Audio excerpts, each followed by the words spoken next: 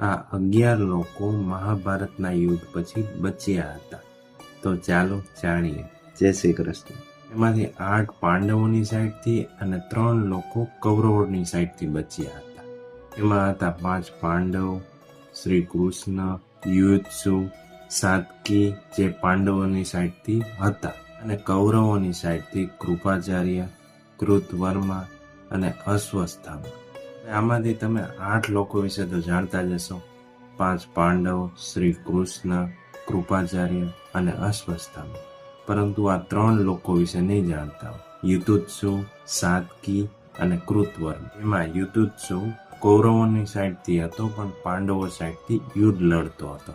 અને સાત્કી એક પોતે યાદવ કુળનો હતો અને અર્જુનનો શિષ્ય હતો. કૃતવર્મા જે કૃષ્ણની નારાયણ સેનાનો સેનાપતિ હતો અને કૌરવોની સાઈડથી લડે છે. અને આ મહાભારતના યુદ્ધ પછી 11 લોકો બચે છે. શું તમને ખબર હતી? એક વાતને ફોલો જરૂર કરતા જ છે.